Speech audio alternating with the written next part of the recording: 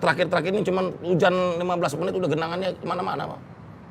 Sekarang gini, dalam 5 tahun terakhir soal genangan air banjir kan lebih parah. Saya sendiri kalau saya misalnya tiba-tiba ada dalam satu posisi saya harus menjadi pemimpin di ibu kota negara, misalnya saya pasti adalah orangnya presiden. Nah, barulah jepitan terakhir itu yang saya bilang itu jepitan terpenting adalah jepitannya Bohir. Gitu. Karena Bohir juga akan lihat gitu sikapnya itu real nggak. Koalisi perubahan itu kalau satu gagasannya jelas, diametral gagasannya. Satu kesana sini kan gagasan.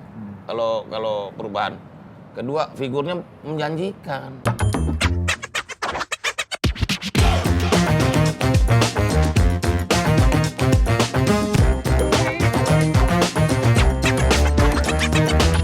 Apalagi kalau kita lihat di kota ini, Jakarta misalnya ya, itu selalu kalau musim hujan banjir. Banjirnya ini kayak masalah menaun yang sulit banget. Jadi mendingan ke desa aja. Kita ke desa cuma healing. Daripada Cuma pindah healing. ibu kota ini Bang berarti. Ya, makanya kan. Nah, Duit pindah ibu kota dikasih desa semua kan. Nggak perlu pindah kita ibu kota. Tapi apakah jangan-jangan orang desa pengennya ke kota semua, ke Jakarta semua karena masalah banjir kayaknya udah mulai bisa teratasi nih. Ya, sodetan Ciliwung. Nah, ini kode untuk Pak Idam, geser nih Pak Idam. Ya, ini menarik. Ini selain tadi ya, salah satu mimpi Pak Jokowi ketika menjadi gubernur juga ini kan ini lama sebenarnya Bang Muni tahu itu kan. Iya. Sodetan Ciliwung karena banjir jadi problematika yang krusial di Jakarta. Kalau Jakarta itu udah problematikanya dua, udah hampir 40 tahun. Cuman dua hal aja, banjir macet. Nah, dua itu bolak-balik. Nah, nggak ada yang lain. Nah, Pak Torik mencium ada tidak hanya persoalan banjir yang dibicarakan dan mencoba diselesaikan di sini. Tapi ada. Nah, kalau kita faktor politis lain. kita dihadirkan lagi Pak Idam. Flashback ke omongan Bang Fahri tadi soal dana desa sebenarnya. Kalau dana desa di zaman Pak SBY, tapi dinilai jadi solusi lalu dilanjutkan. Nah, mungkin di era gubernur sebelum gubernur Heru Budi ini nggak dipandang sebagai solusi juga. Bisa jadi. Tapi memang ternyata Menteri PUPR Pak Basuki pun komentar bahwa ini dia agak menunggu-nunggu ini. Ya. Kenapa barang ini nggak dilanjutkan kan gitu. Iya. Kan? Nah ini dimensinya banyak lah ya. Karena kalau memang di masa gubernur Pak Anies kita lihat ya banyak berbagai perubahan lah diciptakan. Termasuk nama-nama program juga diubah, termasuk nama-nama rumah sakit pun jadi rumah sehat. Jadi mungkin memang nggak sejalan juga dengan visi pemimpin sebelumnya ini. Oke, semakin panjang pertanyaan Anda, semakin bingung kan nanti jawabnya kan. Nah, kita tanya Bang Muni dulu nih, Bang. Ini yang rame justru selain kita agak bisa tepuk tangan akhirnya nih sodetan yang kita idam-idam dinanti-nantikan mimpi Pak Jokowi dari dulu akhirnya mungkin bisa sebentar lagi terwujud. Tapi ada ini nih, ada kesan semiotik dan juga iyalah, ini kan dulu debatnya normalisasi versus naturalisasi. Nah, gimana Bang? Banjir ini normalisasi. Apa maksud Presiden dan Pak Basuki meng-highlight 6 tahun mangkrak ini, 6 tahun gak diapa-apain itu apa Bang? Ya, 6 tahun diskusi tentang ini normalisasi apa naturalisasi. Sungai. Ini berarti masuk masanya Ahok sama Jarot juga nih Bang ya? Enggak. Kan terakhir 6 tahun. Paling tidak kan gini, Pak Presiden udahlah langsung eksekusi aja. Pak Jokowi ini kan orang kerja, Bos. Eksekutor.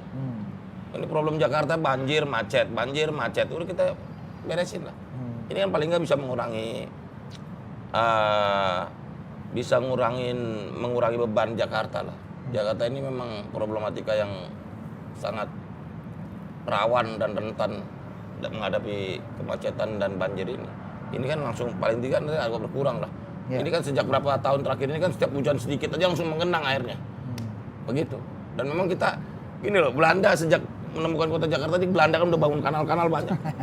Karena tahu. Enggak. Jadi memang problem kita ini Jakarta ini kan 70% wilayahnya di bawah laut sebenarnya. Gitu loh.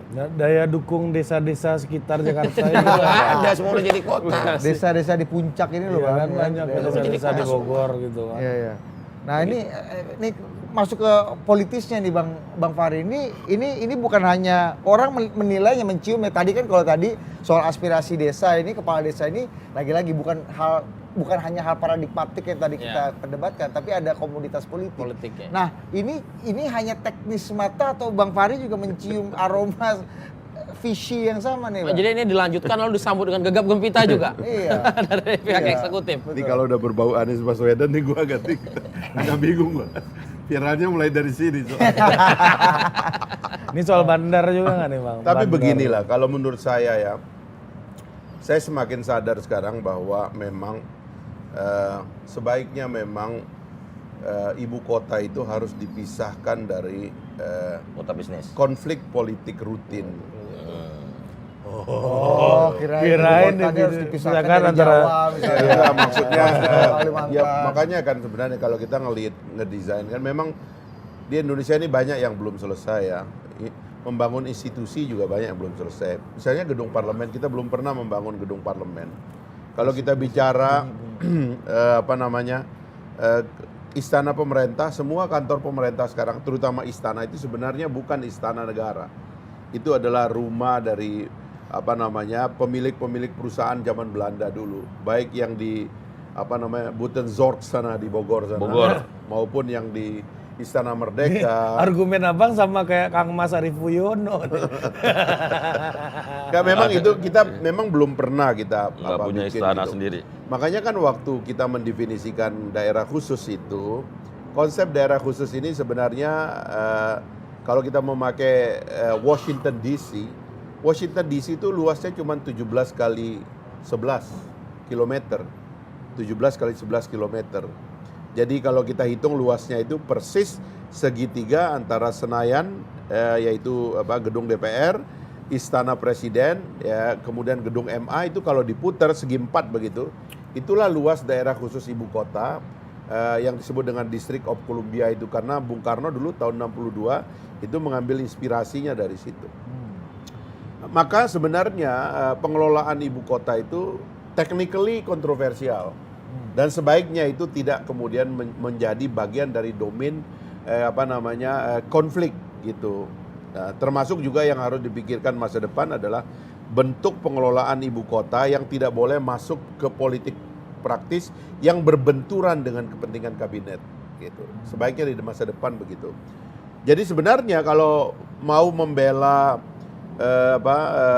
misalnya pembentukan sebuah ibu kota baru misalnya ya harus ada yang berani menjuru bicara itu. Pindah atau tidak pindah gitu. Saya coba keluar dari soal sodetan ini ya, tapi saya mau memberikan Pasti sodetannya basis masuk, Bang. kepada kita untuk memikirkan bahwa ya akhirnya ini terjadi gitu. Bahwa ada semacam level politik tertentu yang memungkinkan satu kebijakan publik tidak bisa dieksekusi di ibu kota dan akhirnya itu menjadi problem. Karena problem pertarungan politik Ya itu tadi. dia tadi, harusnya itu dihindari di masa depan. Artinya political pointy aja dong kalau gubernur ibu kota ini. Itulah Kepala yang otorita, didesain katanya sekarang di IKN. Kepala Makanya otorita. saya kan mengusulkan misalnya nih ya capres-capres atau partai-partai debat. Kalau kalian menang itu mau mendukung IKN atau tidak gitu. Harusnya itu konteksnya gitu loh. Iya. Karena ini residunya gitu. Saya nggak mau bahas soal residu ini. Iya. Karena itu memang masa depan kita. Jakarta ini memang kalau menurut saya, kalau teori saya ya, kalau mau kayak teorinya Pak Mahathir pindah ke Putrajaya.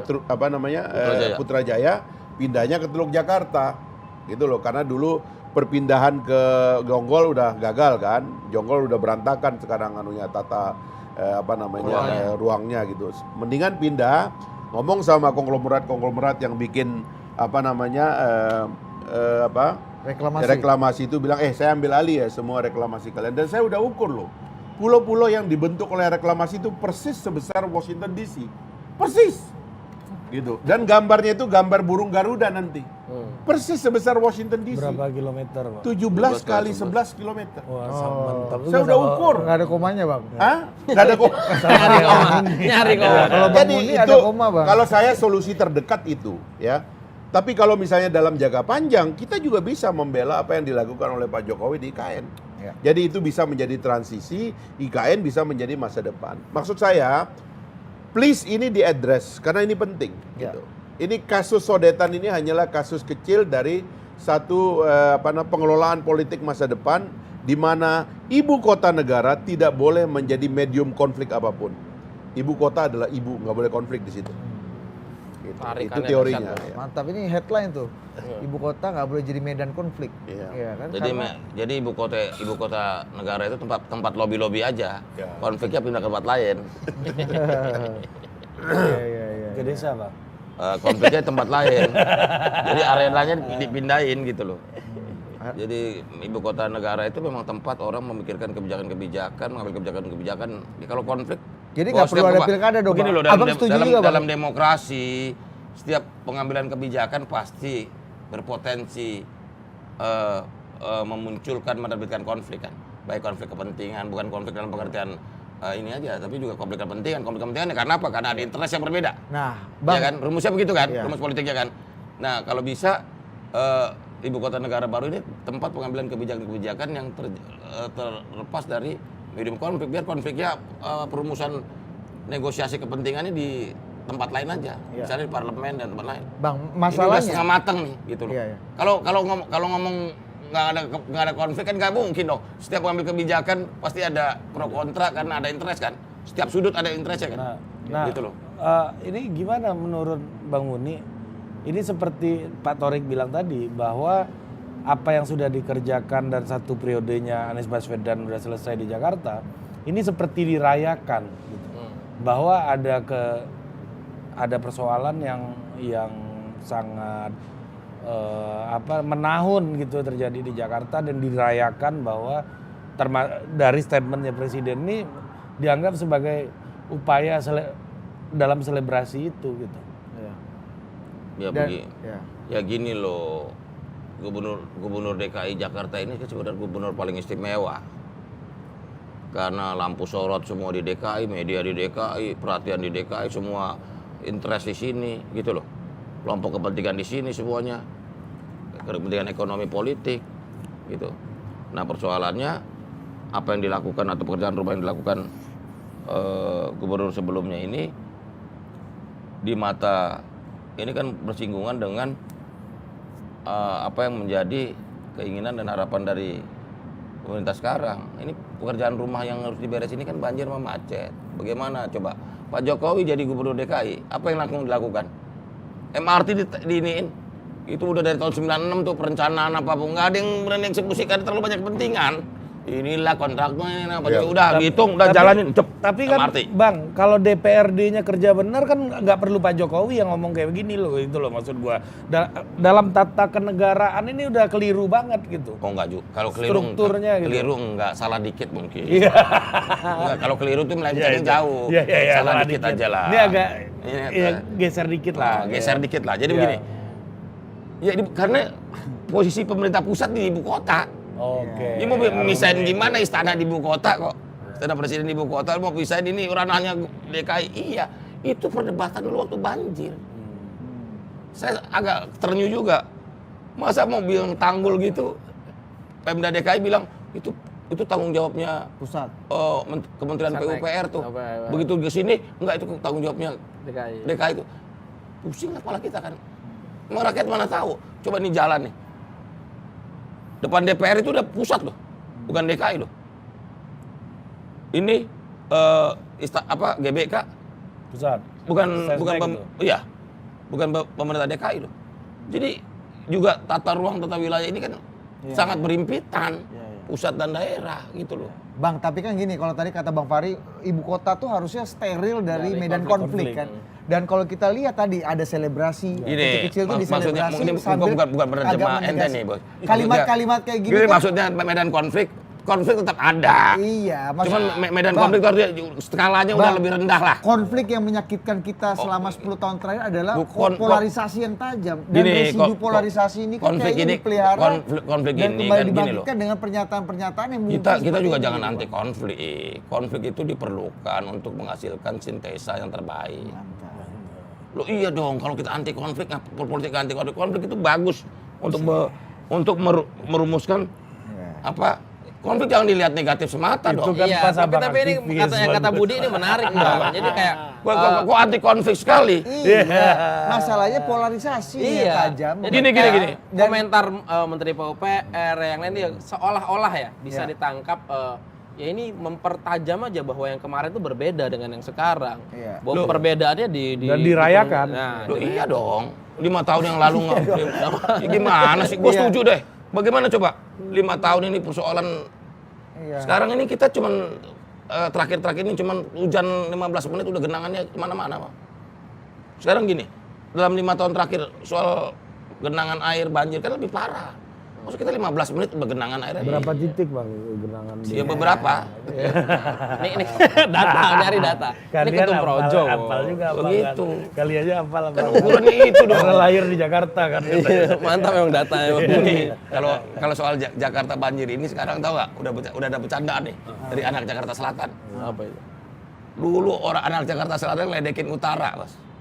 Utara tuh Sunter, Kelapa Rob, Gading, Tanjung Priok, itu kan daerah banjir. Setiap banjir baik air meluap, air pasang maupun hujan tuh banjir duluan tuh. Rob gitu. Rob kan. Jadi diketawain, aduh banjir itu jatahnya orang utara tuh. Sekarang yang banjir selatan, Mas. Jakarta Selatan lihat coba perhatiin. Iya kan? Kemang tuh. Sementara Kemang banjir. Sementara yang utara, Kelapa Gading, Sunter pada udah dikeruk, udah beres, udah nggak banjir. Gagak-gagahan. Jadi udah diledekin sekarang. Tanggulnya bagus, ya kan? Sekarang jadi terjadi perpindahan pergeseran. Bagi-bagi. Yang banjir sekarang Jakarta Selatan. Giliran. Bukan Jakarta Utara. Ya Bang, tapi kan pernyataan insinuatif kayak gini kan menimbulkan nanti reaksi nih, pasti ada lagi. Akan ada pembuktian-pembuktian Apalagi orang mengaitkannya bisa begini juga. Oh ini menteri yang menerima potongan kue Iya, benar juga. dari ketum. Iya, betul. Jadi kan kayak misalnya nih ada juga nanti akhirnya kalau kita baca postingan teman-teman dari kelompoknya Mas Anies gitu ya, pendukung Mas Anies, udah bereaksi dulu Pak Basuki yang oke kok kita udah bereskan kok segala macam. Data-data kan udah muncul. Jadi artinya kan tajam lagi nih Bang. Gini loh. Makanya nggak mau ada polarisasi juga. Gini loh, polarisasi. Kata Abang capek polarisasi. Bukan polarisasi. Gini loh, kita bukan polarisasi yang kita bukan mau menciptakan polarisasi atau hobi konflik, enggak. Tapi konflik itu kan mendewasakan kita juga dong. Cuman konflik yang udah nggak jelas nggak bagus ngapain dimunculkan lagi? Iya. Nggak ada produktifnya gitu loh. Lebih baik kita berdebat soal bagaimana nih pendistribusian Nah, pembangunan ini yang merata produktif seluruh nggak nih Indonesia. Bang? Dikomentarin dulu. Kenapa? Produktif nggak berarti dikomentarin? Oh ini oke dong. Oke. Ini kan Buat apa bang? Buat Gini, apa? gini. Nggak dikerjakan aja udah Bukan, gitu. ini kan resultnya. Resultnya ini kan supaya masyarakat lebih tertolong dari problematika banjir. Kan kemaslahatannya buat orang banyak lebih jelas. Gitu. Ini kemajuan nggak ini bang? Maksudnya presiden harusnya kan ini DPRD dari 4 tahun yang lalu juga bisa ngomong nih, ya kan? Saya nggak tahu anunya apa problemnya, tapi menurut saya teorinya ini tentang ibu kota sih. Memang ibu kota itu tidak selayaknya melibatkan konflik dengan pemerintah pusat. Menurut saya itu juga ya kalau bisa dibilang bagian dari kelemahan leadership pada kedua belah pihak, ya itu sebenarnya nggak boleh terjadi. Memang harusnya kalau menurut saya ya. Pemimpin ibu kota itu harusnya orangnya presiden, karena dia mendampingi presiden untuk mengamankan kantor-kantor pemerintah pusat, kenyamanan pejabat-pejabat pusat, tamu-tamu negara, ya kan, dan seluruh situasi yang diperlukan oleh para pejabat di tingkat pusat terutama untuk mengambil keputusan secara tenang. Itu tugas pemimpin ibu kota, dan karena itu ya memang harus dihindari di masa depan. Nggak boleh kita membiarkan sekali lagi ibu kota itu menjadi medium friksi yang tajam. Makanya kan kalau kita mau memikirkan ini sekaligus dalam memikirkan masa depan dari ibu kota, makanya nanti relevan saya menantang teman-teman di partai politik atau capres-capres untuk memikirkan masa depan dari inisiatif Pak Jokowi IKN itu. Saya sendiri belum mau meletakkan posisi saya, tapi saya mau berdebat dengan siapapun untuk menjelaskan apa yang terbaik bagi Indonesia ke depan dalam memilih ibu kota. Tetap pindah transisi atau pindah permanen ke IKN gitu ya. Ayo kita debatkan gitu. Karena ini penting gitu loh. Jangan partai-partai ini dan capres-capres ini sembunyi tentang tema ini, tema penting. Nah, kasus ini cuma residu menurut saya dari ketidakmauan kita untuk menyelesaikannya secara tuntas. Salah satu juga Ini yang menyulut medan konfliknya siapa ini Bang dalam kasus ini? Saya nggak mau menyalahkan siapapun. ini udah Tapi masuk kan sesi soundbite yang nih. tadi Viral. apa namanya yang tadi Anda katakan itu kan Ditya bahwa akhirnya ini melanggengkan apa namanya polarisasi dan sebagainya itu menurut saya ya harusnya nggak begitu. Ya saya nggak mau menyalahkan siapapun di sini, tetapi harusnya tidak begitu. Saya sendiri kalau saya misalnya tiba-tiba ada dalam satu posisi saya harus menjadi pemimpin di ibu kota negara, misalnya saya pasti adalah orangnya presiden.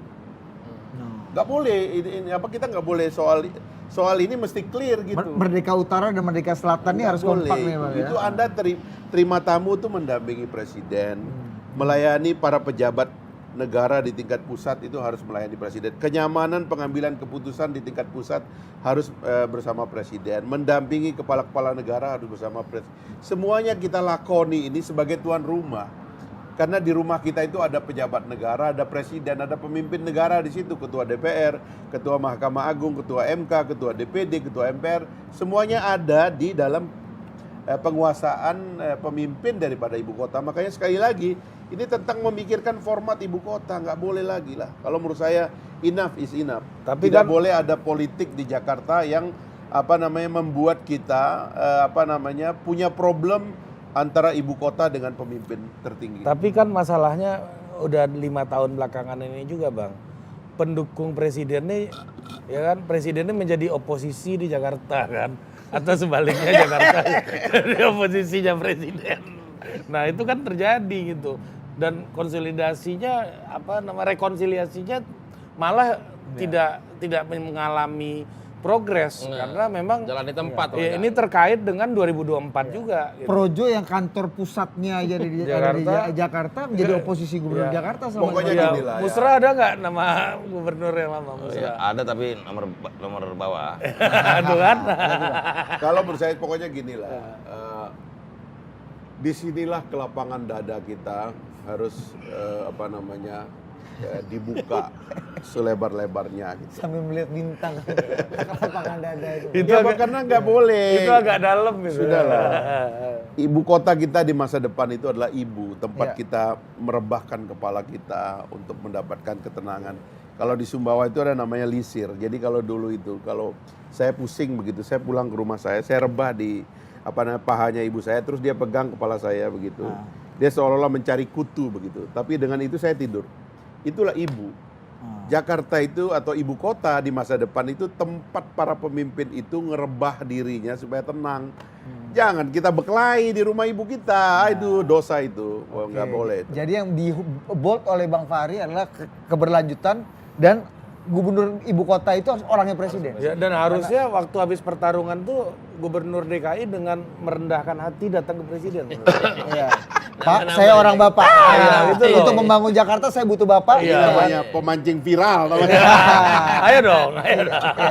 Kenapa jadi Biar akhirnya kita- Merdeka Utara dan Nggak, Merdeka biar- Selatan terkesan saling Dan oposan satu sama biar lain. ini nggak jadi presiden yang benar. Betul, betul. Dia nggak benar nanti, apalagi kalau misalnya Pak Gub ini bisa jadi presiden kan nanti habis ini kan. Iya. Malah dianggap benar nanti kita kalau menang DKI harus berhadapan dengan presiden lawan the giant dan kemudian kita akan akan naik menang, iya. dan akan jadi presiden juga. Oh, jadi gitu ini loh. metodologi mantap ya. Kalau Iya kan? kalau Merdeka Selatan melawan Merdeka Utara itu. itu mantap nih. Jangan sampai jadi jadi anak tangga, presiden, gitu anak loh. tangga yang bagus secara politik untuk pembuktian Makanya itu Merdeka nggak boleh. Selatan bisa. Makanya saya mengalahkan. bertanya agak tajam nih Bang. Nggak boleh, nggak boleh lah. Kita lah. Ini waktunya untuk apa namanya masing-masing orang menunjukkan jiwa besarnya bagi mana sih konflik itu yang substantif bagi kita gitu. Janganlah kita memelihara konflik perasaan, capek bos. Oke. Kita itu pikiran aja. Cara berbedanya kita adalah berbeda cara ngelola negara aja. Bukan soal like and dislike, bukan soal identitas, sudahlah cukup lah itu. Siap. Sekarang nih kita kumpulin masing-masing orang-orang ini, ya kan? Ayo kita berpolitik dengan cara yang lebih dewasa, yang lebih matang. Karena itu lebih baik bagi kita. Termasuk cara meletakkan ibu. Menurut saya sih ya, memang konflik terakhir kita di ibu kota ini menurut saya memang merugikan. Itu menciptakan suasana yang enggak. Anda bayangkan ya, gara-gara pilkada DKI, saya pergi ke Minahasa, ke Manado, didemo oleh ribuan orang bawa parang, bawa anak panah. Sampai saya dijemput sama Oli ditangkap pesawat. Bro, dia bilang kita lewat belakang. Ada apa Pak Gub? Bro, di demo. Saya lihat ke belakang kan. Waduh, itu ribuan orang bawa anak panah, bawa pisau, bawa pedang begitu kan. Saya bilang gitu, bro saya nggak apa-apa bos, saya demonstran. Boleh nggak saya bicara? Jangan, kata dia. Akhirnya saya dibawa lari lewat belakang oleh Pak Gubernur, Mas Oli. Akhirnya saya bicara, karena saya diundang, saya bicara di kantor gubernur tentang strategi pemberantasan korupsi waktu itu. Demonstrannya datang ke kantor gubernur. Yang bicara strategi pemberantasan korupsi, Fahri Hamzah bukan KPK ibu ya? kota, ini nggak ada urusannya saya, kadang nggak ada urusannya. Cuman saya teridentifikasi mungkin di situ mengkritik salah satu kandidat begitu yang membuat kok daerah yang meradang gitu loh. Kan kita tahu waktu itu ada beberapa daerah juga kan yang meradang. Sudahlah, ibu kota nggak bisa lagi memikul beban ini, berat sekali. Udah janganlah. Ya. Kuncinya orang presiden. Ya kuncinya nggak ada, hilangkan konflik dari ibu kota. Terus abis itu gimana abang keluar dari Ya keluar, dibawa lagi lewat belakang. penasaran nih. Dibawa lagi, bos, dibawa lagi lewat belakang oleh angkatan udara, dibawa lewat belakang, dibawa lari, naik pesawat. Itu orang-orang udah merangsek, bawa parang, bawa panah itu naik ini. Saya bilang saya nggak ada masalah loh, ini saudara-saudara saya. Saya kan juga bukan soal nggak ada rasa takutnya, tapi saya merasa gini ya. Ada kematian yang tenang, ada kematian yang tidak tenang. Kalau Anda itu merasa tidak bersalah lalu Anda mati, itu pasti Anda mati tenang. Tapi kalau Anda salah, itu matinya nggak tenang. Abang Nah, saya merasa itu nggak ada salah gitu loh. harusnya tenang. Jadi kalau Bang. harus mati ya kita pasti tenang matinya gitu loh. Iya. Nggak ada masalah saya. Cuman merangsek lah orang-orang itu. Saya bilang udah nggak bro, Anda bolak-balik aja. Jadi saya nggak nginap di Manado. Naiklah pesawat. Sampai banyak juga yang bilang pengecut lah, kabur segala macam. Bukan kabur, saya dilarang sama gubernur nginap.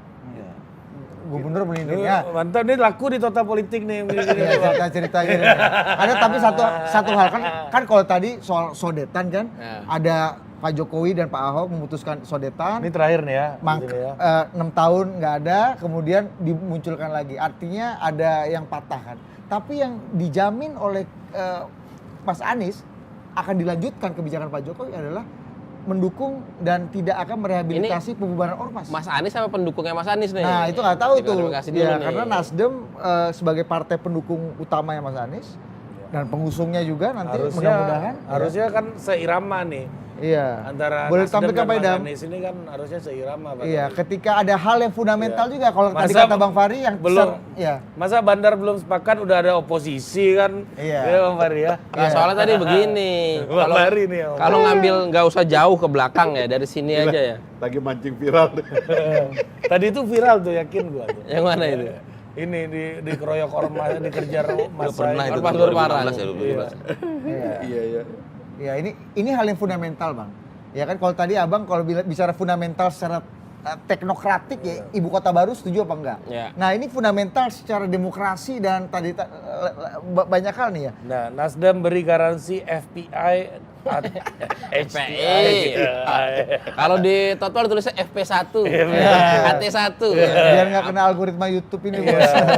tetap terlarang bila Anies menjadi presiden. Dan ini kemudian lagi-lagi kalau kita lihat konten YouTube-nya kawannya Bang Fahri gitu misalnya ya. Bang Refli Harun sebut aja. Iya, itu isinya membahas ini seminggu Bang.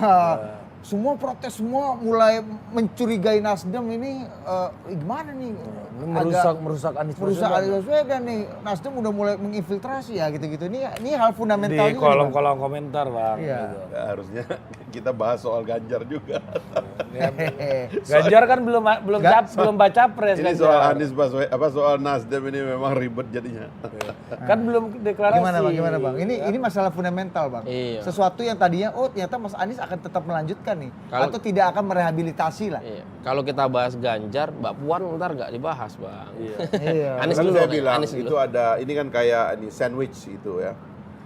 Ketidakjelasan sistem pemilu itu membuat seorang kandidat itu terjepit gitu di antara 3 layer kepentingan gitu.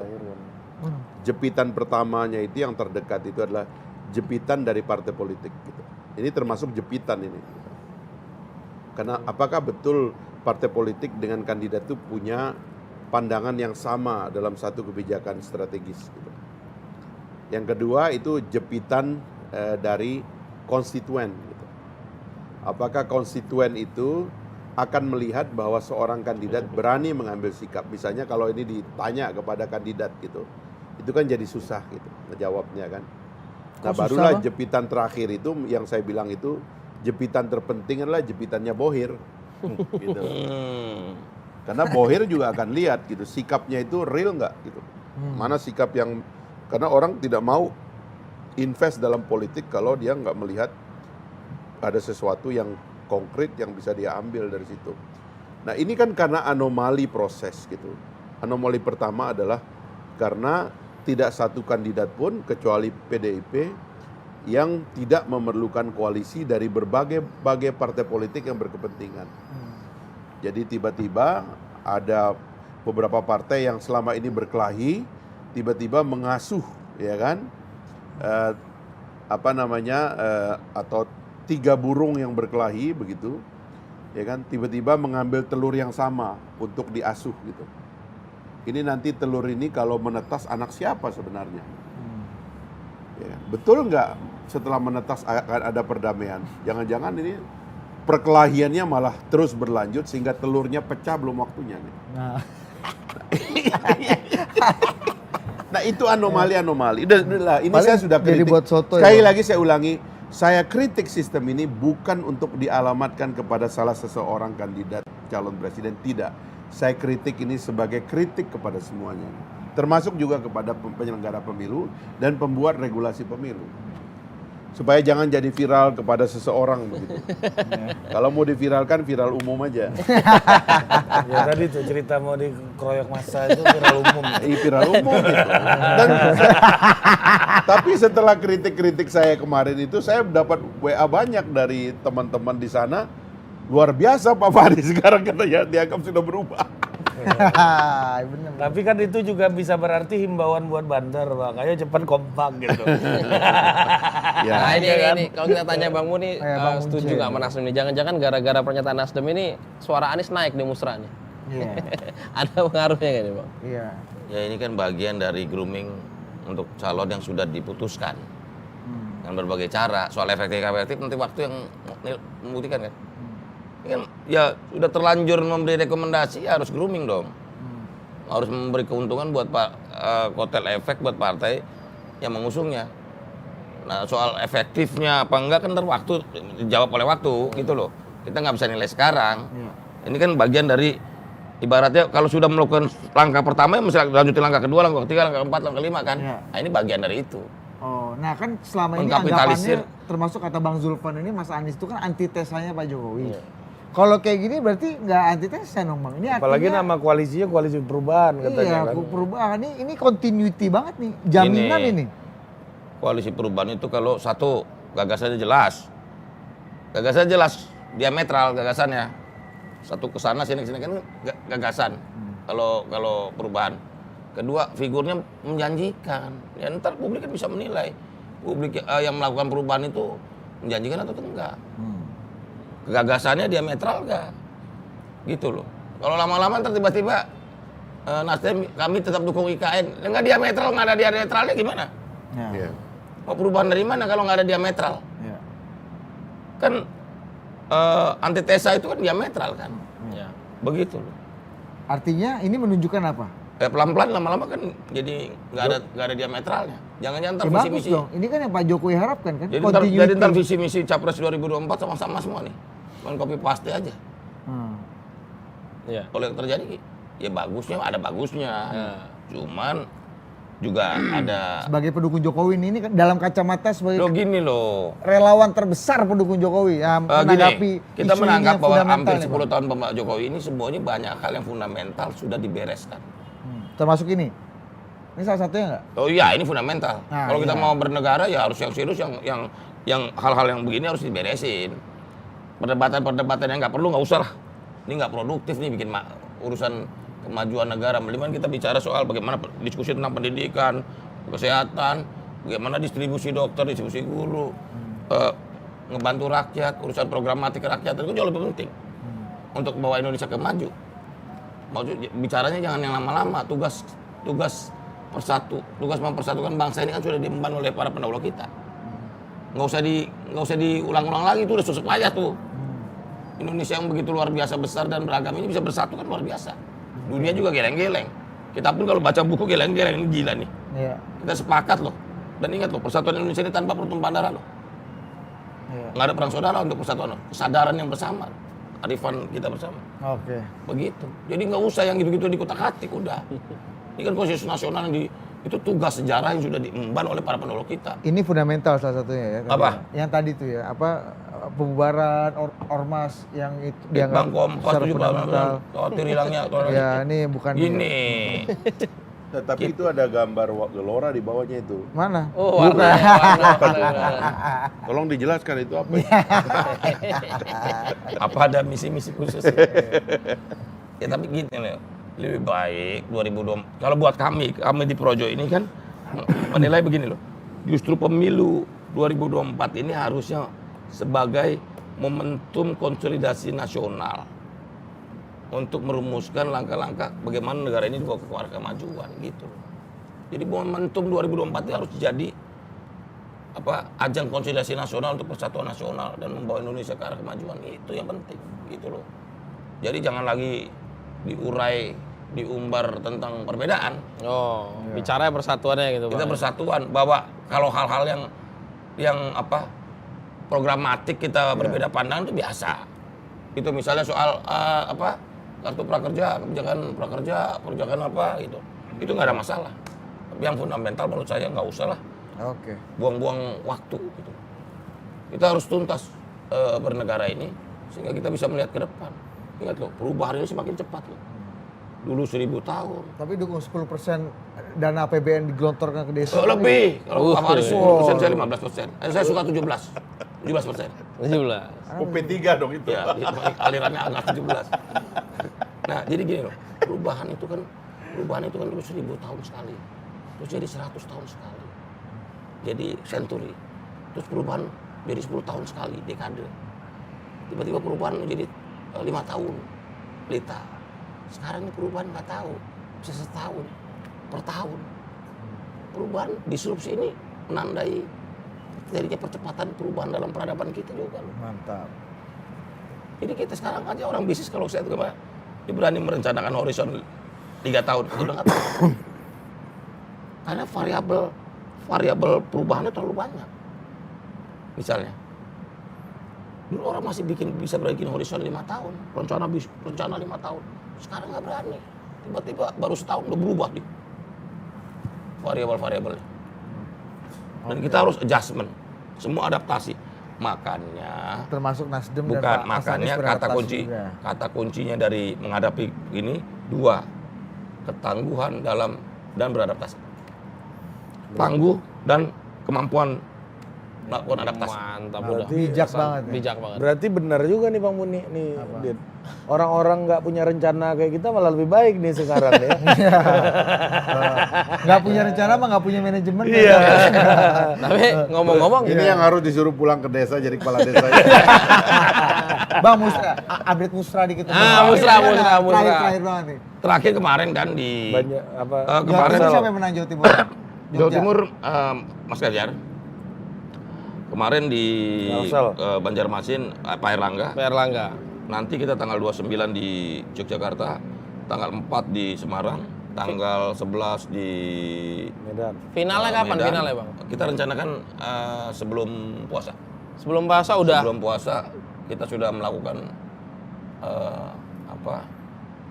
Rekapitulasi ya. Rekapitulasi. Seluruh hasil musrah itu kita finalisasi. Terus untuk diserahkan kepada Keluarannya apa outputnya? Ya, 3 nama. finalisasi 3 itu nama. Oh, 3 nama. Finalisasi Loh, itu kita 3 nama capres, 3 nama cawapres lah. Oh ini ada. Bos, makna finalisasi itu artinya finalisasi itu belum tentu sama dengan hasil rekapitulasi. Bisa. Makanya finalisasinya apa? lain. Enggak, itu kan dipantau oleh semua. Iya. Kalau ada nama-nama aneh tiba-tiba kan Tapi itu mikirin nanti terus. resmi dibacakan oleh Bapilunya Projo. Tuh, Bang, Projo ini semua papilu, Bang. Nanti hasil musrah sebelum puasa, sebelum lebaran, sebelum puasa selesai Sana ya rencananya ya. Satu-satunya ormas yang punya Bapilu ya Projo ini. Divisinya Bapilu semua. Jadi kalau dibercandain ormas rasa parpol.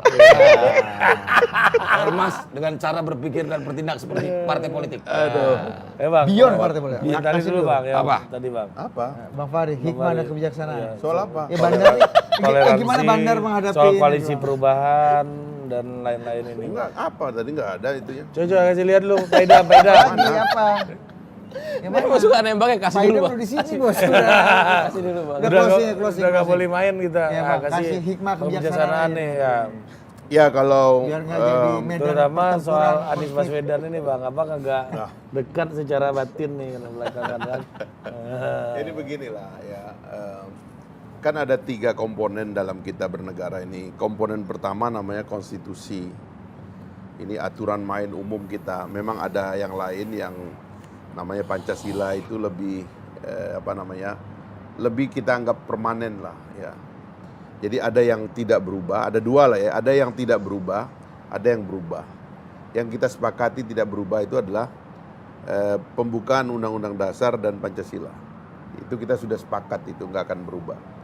Nah ada yang berubah. Yang berubah itu ada 3. Ya, yang sulit berubah namanya konstitusi.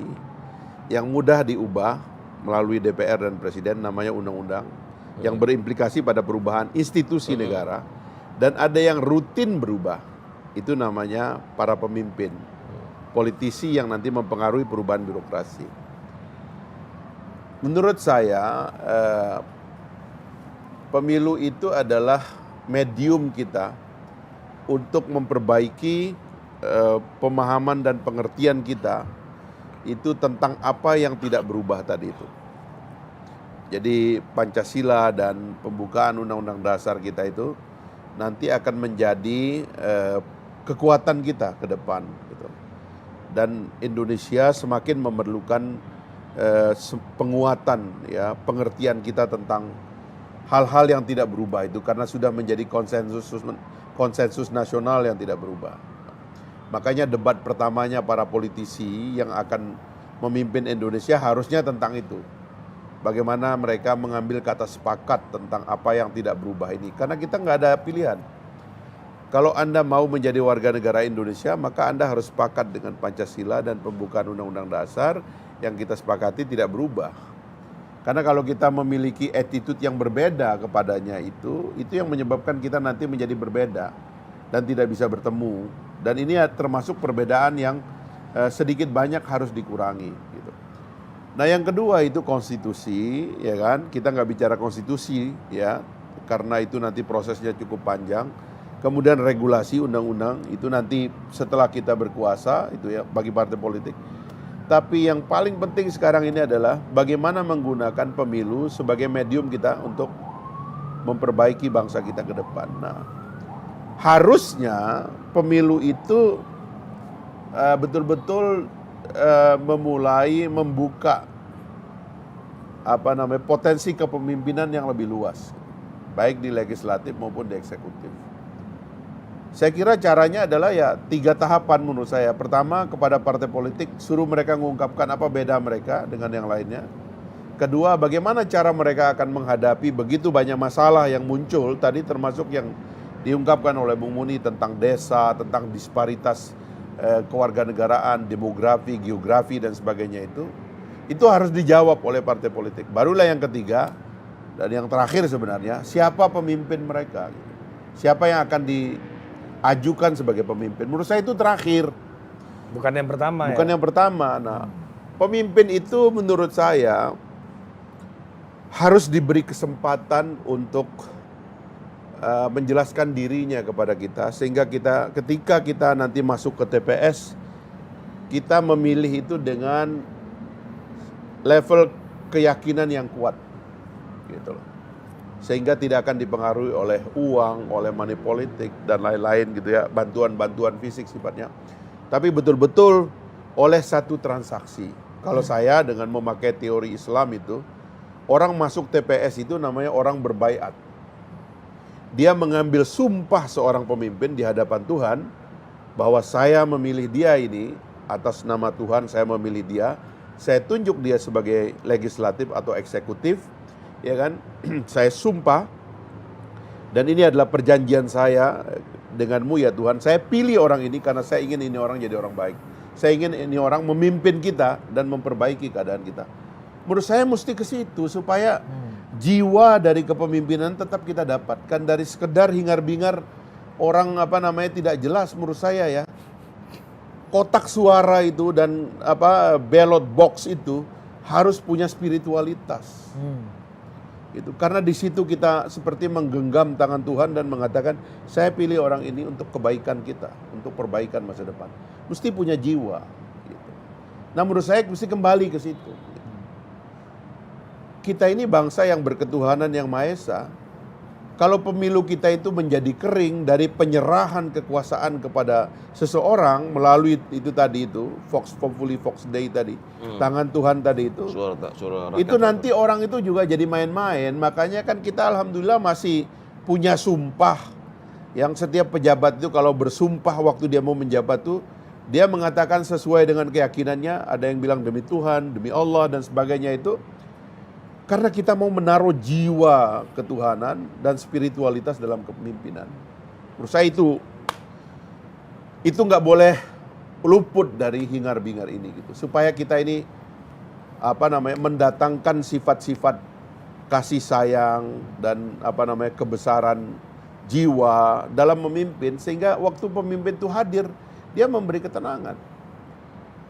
Jadi wibawa pemimpin ya dari waktu ke waktu ya. Bung Karno itu katanya kalau pidato dulu, dan para pemimpin kita zaman dahulu ya, berkumpul orang. Kalau yang nggak sempat datang langsung, ada radio lama yang suaranya udah krek-krek begitu. Tapi karena pemimpinnya akan berpidato, dia berkeliling gitu, mendengarkan pidato pemimpinnya itu. Dan dengan saksama kadang-kadang mereka sambil menangis mendengar pidato pemimpinnya. Karena ada jiwanya dari kepemimpinan itu. Nah, kesini seharusnya kedekatan kita dengan pemimpin itu juga harus dijaga. Karena kita menitipkan harapan kepada dia bahwa dia akan memperbaiki hidup kita. Dan pemimpin membaca bahwa ini sungguh-sungguh, ini gak main-main. Saya kira itu mungkin beda kita dengan bangsa lain, yang harus tetap dijaga menurut saya. Makanya saya terus terang menyesali 2 pemilu terakhir. Karena tidak nampak bahwa kita bisa merogoh hati rakyat ini untuk ayolah kita bersatu. Ngapain sih bertengkar, ngapain sih mempersoalkan identitas orang, ngapain sih kita yang remeh-remeh ini kita persoalkan. Ayolah kita pergi ke bulan, ya kan. Ayolah kita pergi ke masa depan. Ayolah kita melangkah menjadi kekuatan besar atau superpower baru dari dunia ini yang juga memerlukan sentuhan tangan Indonesia. Yang dalam pembukaan Undang-Undang Dasar itu disebutkan oleh Founding Father kita, ikut serta dalam perdamaian dunia yang berdasarkan kepada perdamaian abadi dan keadilan sosial. Membantu negara-negara yang berkonflik, membantu mengakhiri penjajahan di atas dunia. Itu semua tugas Indonesia. Dan untuk itu bangsa ini dibuat. Ini bangsa yang bukan dibuat cemen remeh-remeh. Ini bangsa memang dibuat dengan misi peradaban yang besar. Nggak main-main, bos. Jadi itu yang harusnya pemimpin kita itu mulai ngomong soal itu gitu loh. Agak risih saya itu melihat cara kita menggunakan sentimen dan kemarahan umum ini atau polarisasi ini sebagai bagian dari cara kita naik tangga gitu, udahlah. Sedih saya itu. Mendingan kalah kita daripada kita memenangkan narasi konflik ini gitu. Daripada kita menang, kita menciptakan masyarakat terbelah. Tidak untung kita. Jadi gotong royong dan makna kebersamaan yang dulu ada di desa-desa tumbuh, itu yang dikhawatirkan mungkin respon dari teman-teman yang mengusulkan 9 tahun ini kan. Karena mereka juga capek kok konflik ini turun ke desa. Desa itu dulu nggak ada konflik, memang nggak ada konflik di desa itu. Memang di desa itu dulu ya menurut saya sih dosa dari konflik itu bukan oleh pemilu pilkades tuh. Dosa konflik di desa itu karena kelakuan orang-orang di pusat. Yang menebarkan kebencian ini orang-orang di pusat. Politik pusat inilah yang membelah desa. Bukan politik desa membelah desa. Karena itu menurut saya yang harus diajar untuk melahirkan narasi persatuan, ketenangan umum itu politisi di Jakarta ini. Desa itu udah aman, orang itu saling rogoh tiap hari, dadanya ketemu, saling peluk, malamnya udah ngopi bareng, nggak ada masalah kok. Yang konfliknya nggak selesai itu di Jakarta ini. Nah itu menurut saya harus diakhiri. Oke. Itu Bung. Wabillahi taufik wal hidayah. Kalau kata Bang Ferry yang penting nama nomor 3. Betul. Dan ini adalah debat calon ketua Iluni UI ya. Satu mewakili FE, satu mewakili FISIP. Sip, Nah, ya. kalau Iluni saya ikut Munir. Udah nggak mau maju lagi, Pak. Udah nggak Kalau mau maju kalau lagi. kampanye Bang Rocky untuk Karena Pak dulu Muni apa? waktu pemilihan ketua senat itu kita beda kubu. Dia dukung si Paon ya dulu ya. Iya. Dia dukung Paon, saya dukung si Zul. Oh, kawan kita. Zul Dia NTB. jadi gubernur Iya. NTB. Jadi Masih waktu, di PKS tapi ya. waktu kita berkelahi Muni sebelah sana, saya sebelah sini. Bang Zul masih nanya survei. Bang Zul masih istiqomah di jalan dakwah nggak Bang? Ya, rada-rada lah. Oke. Sampai jumpa lagi di Adu Adu Perspektif berikutnya, tidak ada kesimpulan. Dah.